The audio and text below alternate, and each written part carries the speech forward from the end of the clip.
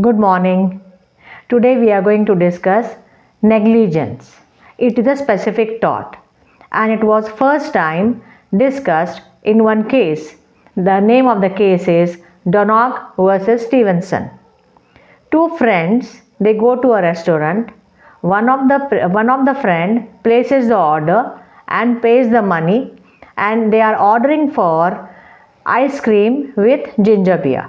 The other friend, she brings that ice cream with ginger beer. They are sitting and they are having that ice cream and ginger beer.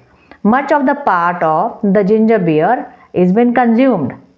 Now, what she does, she pours the ginger beer for her friend, and the other part, she knows that some part has been left in the bottle. Therefore, she pours it for herself, and at that time, she sees that there is a decomposed part of snail in it. Therefore, what she feels, कि what I was having for the last 10 minutes, I have taken the ginger beer which is containing a decomposed part of snail. Therefore, she is in a severe shock, like what I have consumed, and she suffers from gastro also. Thereafter, she has been hospitalized and all, and therefore she has to spend money. After that, they file a case. She files a case against the manufacturer of the ginger beer. The contention which is being taken by the manufacturer is that you have not paid money to us, so you have not entered into contract with us. There is no privity to contract. Privity means connection. As you have not paid, you have not placed the order, therefore there is no connection between you and the manufacturer, the company. While your friend has purchased it, therefore he and the manufacturer is having a privity, like that contention was taken by the other side. But what the court has held, when a person consumes a thing, he becomes a consumer, though he may pay the money or he may not pay the money. Therefore, the contention of the defendant, manufacturing company, was rejected and they were made liable for negligence. This is the case in which for the first time negligence was declared as a specific tort, and they stated that what is negligence? When a person is having duty to take care, and if that care is not taken, the duty is being broken, then you are strictly liable there. You are liable for negligence because you have not taken reasonable care which you should have taken. So from Donogh versus Stevenson, negligence became a specific tort.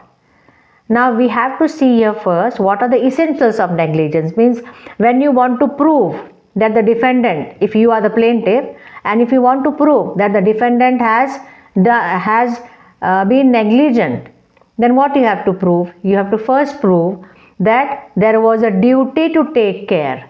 Means the defendant was under duty to take care, and that duty to take care is been broken. That you have to prove. Now this duty must be fixed by law. It should not be a duty just like a religious duty or a moral duty. It is a duty which has been fixed by law, and that duty is been broken. This is the first essential which the plaintiff has to prove.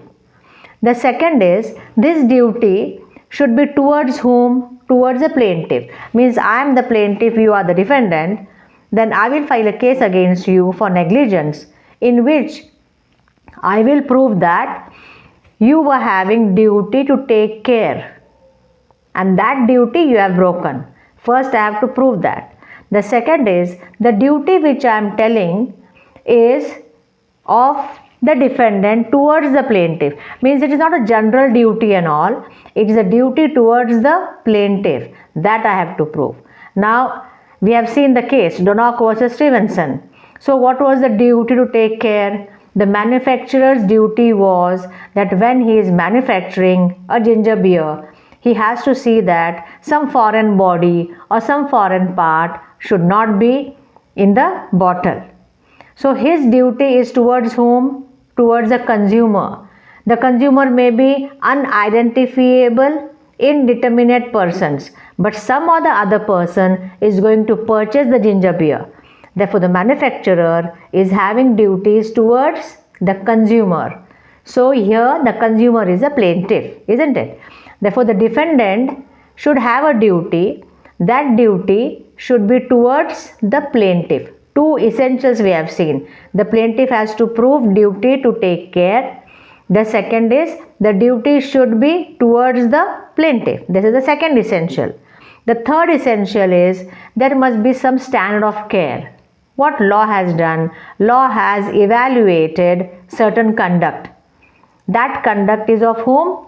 A reasonable man, an ordinary man, or ordinary reasonable person, ordinary prudent person who will do certain things.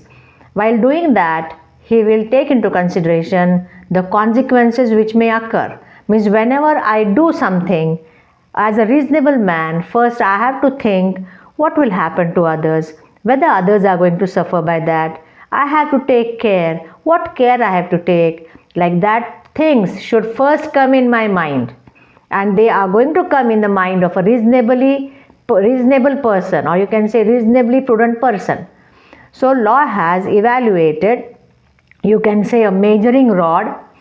By that measuring rod, we are going to check whether whatever care that person has not taken, whether it would have been taken by a reasonable man.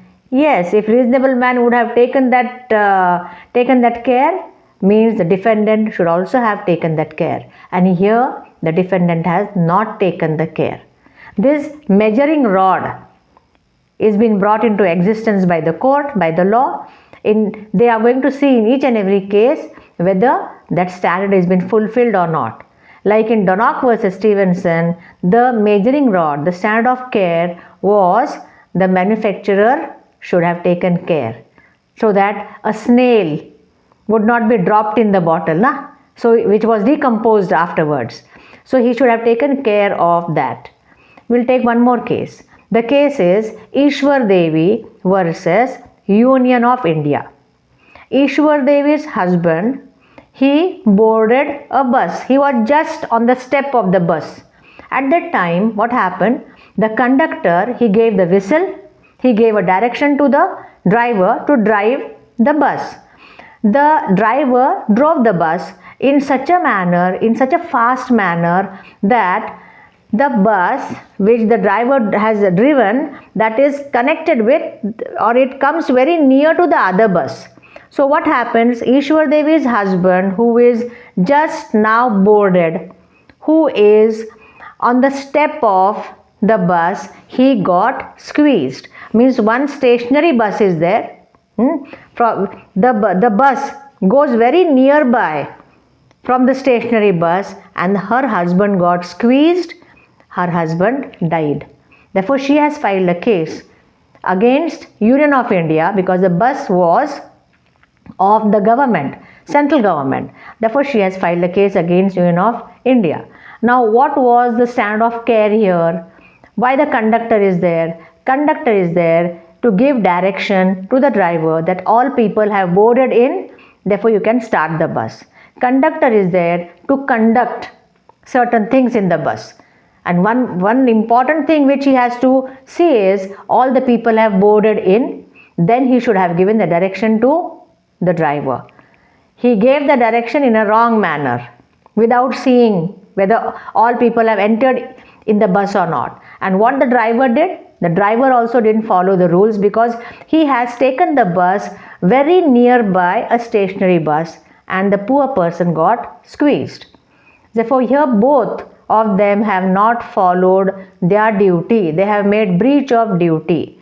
Therefore, they are liable. In each and every case, the standard of care will be different. We have to see the facts. According to the facts, we have to consider what was the standard of care. If the teachers are taking the children to a picnic, the standard of care is they should take reasonable care of the children because they are having the responsibility. They have to give certain directions to the children. If they don't give it and something happens, then the teachers will be liable for negligence because they have broken the duty. So each and every case will be different.